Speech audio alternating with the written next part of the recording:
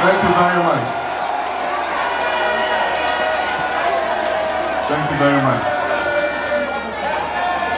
Please resume your seats.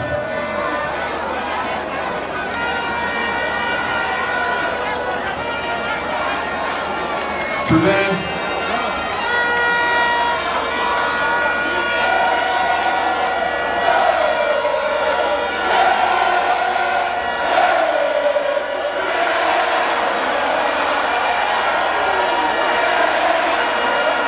thank you.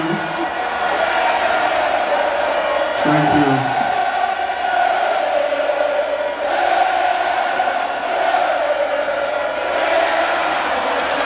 Thank you. Thank you.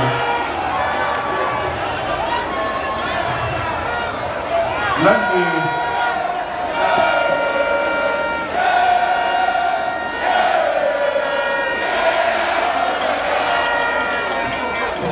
Thank you. Today is International Youth Day, and we've had two momentous events to crown the day. This morning, we launched the Youth Manifesto, and this evening we are in the famous Bukom Arena, which is one of the achievements of the NDC administration.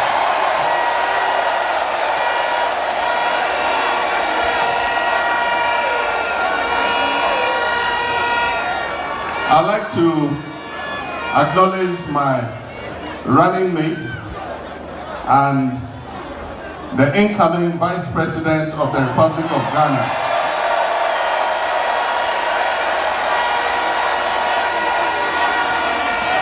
Professor Jane Nana Opoku.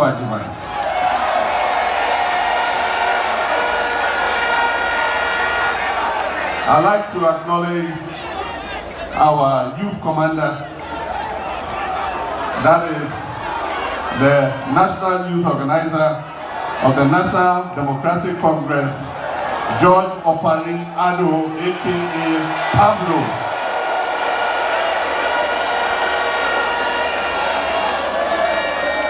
And his deputies are here. Osman, where are they? Rise and let's acknowledge you. Thank you very much.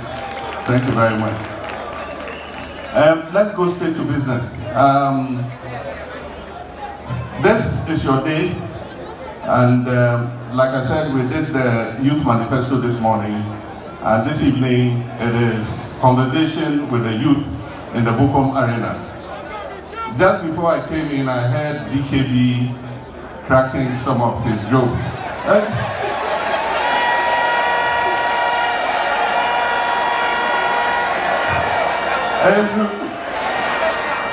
There are two of his jokes I like. The first one, he's standing on the staircase and he's a motivational speaker. He's telling the youth, if you want to succeed in life, you must be very focused. Don't be distracted by anything. Always focus on your objective. Then somebody comes passing. Person who said that you should be focused and not be distracted. He said, cut. He put the microphone down and started following the woman. That's the first one. You want me to tell you the second one? The second one, he was talking about how different people fight from different parts of the country. And he started with the Ga fighter. He said, "Kwe, ma cho tufle, ma kaboneke."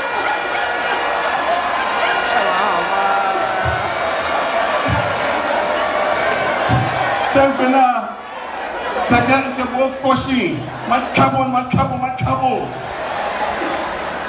It says the man will tell you what you do to you before the fight starts.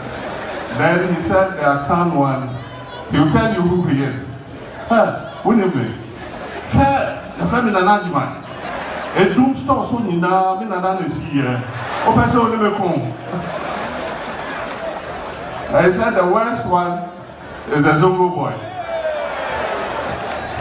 One line now, Bugaka, and then you fight. He said the fight never ends. After you finish, the next morning he'll come. Tokwa your call and run and maybe until me back, you don't put your shout out for DKB.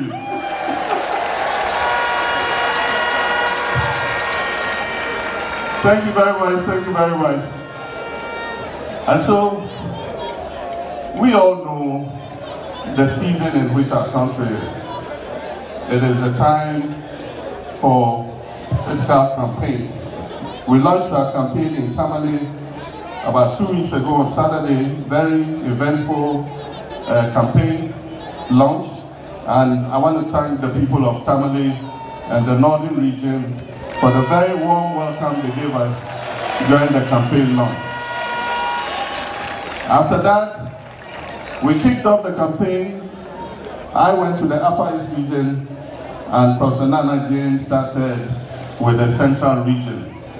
I also want to thank the chiefs and people of the Upper East region for the very rousing welcome they gave us, the enthusiasm with us, no busing, they came on their own volition and came and listened to our messages. I want to thank them. Volta region, are you ready? Nobinyo, Echo,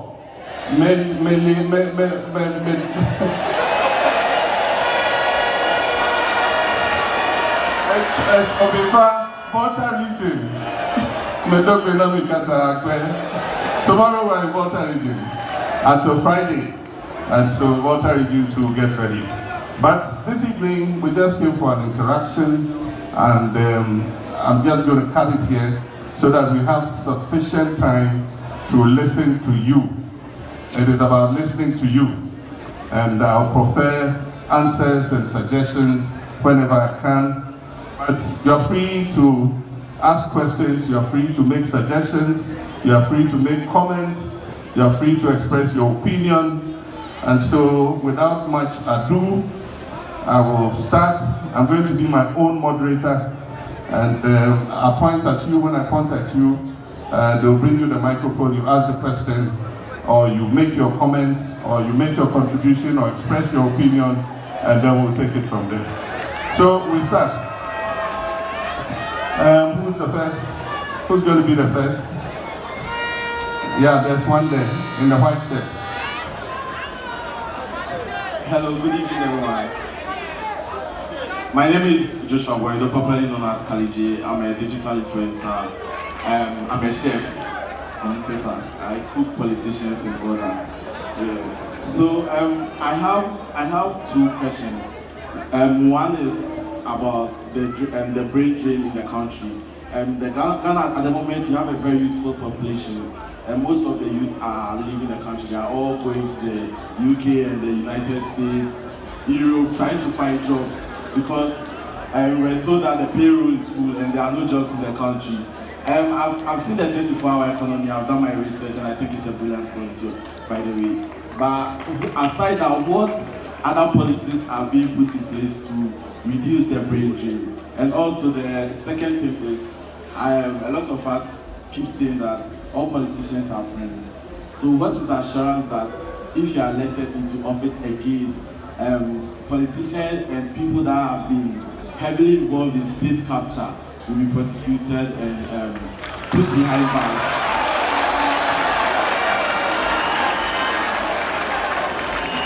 Thank you very much.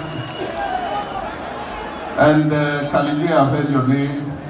Yeah, my son Sharaf has spoken about you several times. But thank you very much for what you do.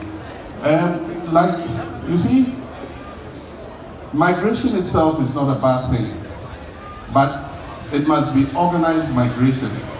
And so if you look at countries like Philippines, they have organized migration.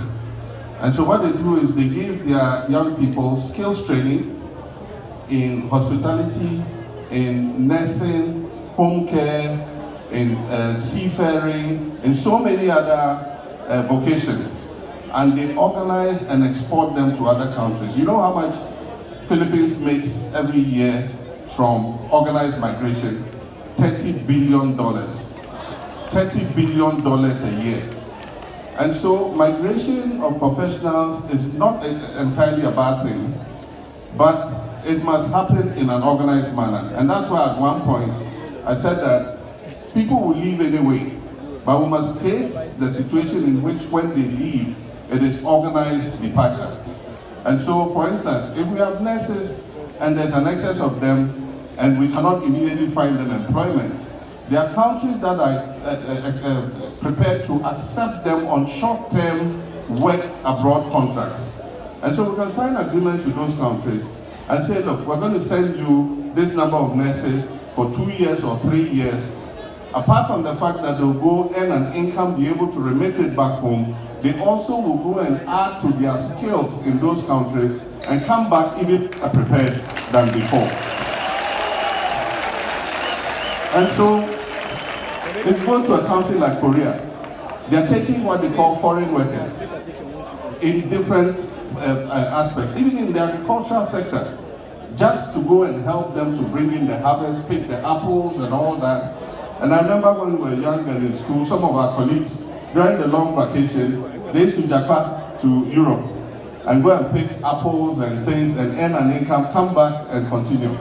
And so if we organize this properly, it won't be our young people walking across the Sahara Desert and losing their lives and so on and so forth. But it will be more organized. They'll go on fixed-term contracts, they'll work, come back even more experienced than they did before. So it's not entirely a bad thing, but we must work to open the opportunities for our young people in our own country. And that is why we talk about the 24-hour economy. Most of our businesses are running one shift. We go at 8, we close at 5. And so, this morning, a young lady explained it very well. She says the formula is 1-3-3. And so, 1-3-3 means that one person, one job